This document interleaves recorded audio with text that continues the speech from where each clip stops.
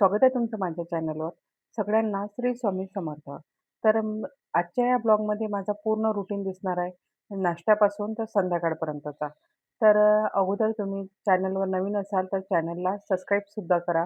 कारण माझ्या या चॅनलवर तुम्ही जर व्हिजिट करून बघितलं, तर यामध्ये तुम्हाला माझे ग्रामरचे रिलेटेड म्हणजे तुम्ही मुलांना घरी कसं शिकवायचं, ज्या पालकांना इंग्लिश जमत नसेल त्यांनासुद्धा जर माझे व्हिडिओ बघितले, तर ते सुद्धा माझ्या व्हिडिओ बघून अगदी मराठीत मी समजून सांगितलं, अगदी सोप्या पद्धतीने समजून सांगितलं. तुम्ही चॅनलवर व्हिजिट करा आणि ते शॉर्ट व्हिडिओ टाकले आहेत ते सुद्धा बघा आणि मी पुढं सुद्धा असेच व्हिडिओ बनत राहणार आहे.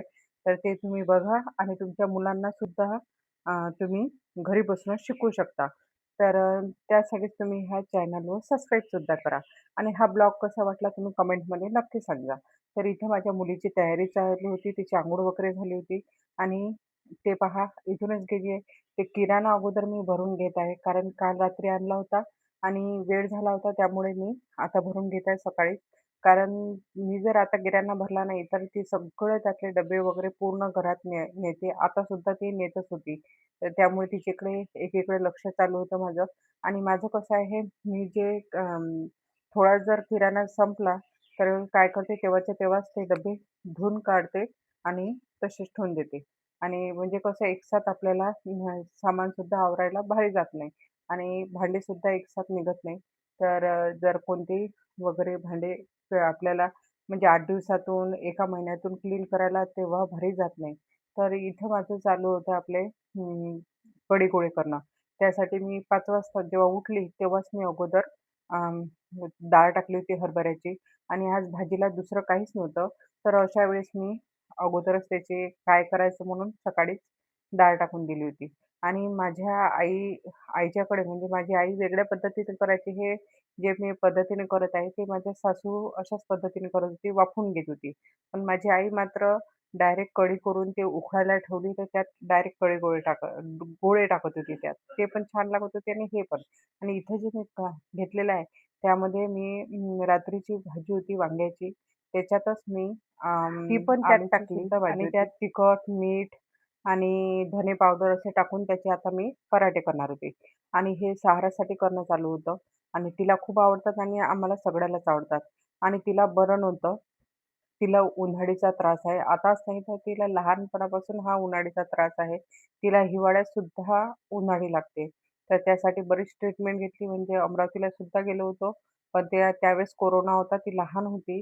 तर ती पण तेव्हा ती जी ट्रीटमेंट होती ती अर्धवटच राहिली होती. आणि आता सुद्धा इथं मागच्या वर्षी घेतली ते आणि ते ट्रीटमेंट घेतली पण तेवढ्यापुरता इथं आमच्या गावात तेवढ्यापुरताच तिला आराम पडला होता आणि पुन्हा तो प्रॉब्लेम जसाच्या तसाच आहे. तर हिलाच नाही तर माझी लहान मुलगी आहे तिला सुद्धा तो प्रॉब्लेम झालेला आहे. म्हणजे उन्हाळी लागण्याचा. ती सुद्धा बरोबर तिच्या लक्षात येते. तर म्हणजे रात्रीचं तिला सुद्धा ती पाण्यात बसते, टपात वगैरे बसते लहान मुलगी सुद्धा. तर याच्यावर काही उपाय असेल तर तुम्ही नक्की कमेंटमध्ये सांगा. आणि हे सुद्धा सांगा की तुमच्याकडे कळी-गोळे कशा पद्धतीने करतात? म्हणजे अशाच वाफवून घेतात की ते डायरेक्ट टाकतात? आणि ह्याला तुम्ही कढी-गोळेच म्हणतात की आणखी नाव आहे ते सुद्धा सांगा.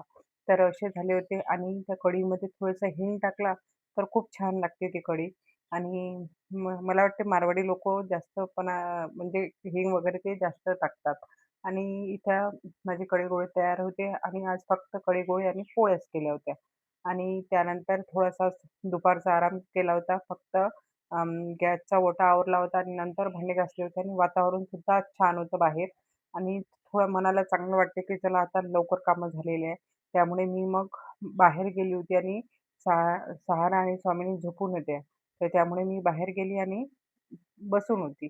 तर इथे छान असं वातावरण होतं आणि असं वातावरणात कामं जर झालेले असले तरच बसू शकतो, नाहीतर माझं घरातच कामं चालू असतात, जर वेळ झाला तर.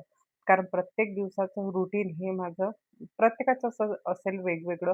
कारण कधी एखाद्या वेळेस सकाळी उठल्या जाते, तर तेव्हा कामं पूर्ण होतात. एखाद्या वेळेस उठल्या जात नाही, कारण रात्रीचं एडिटिंग वगैरे करावं लागतं.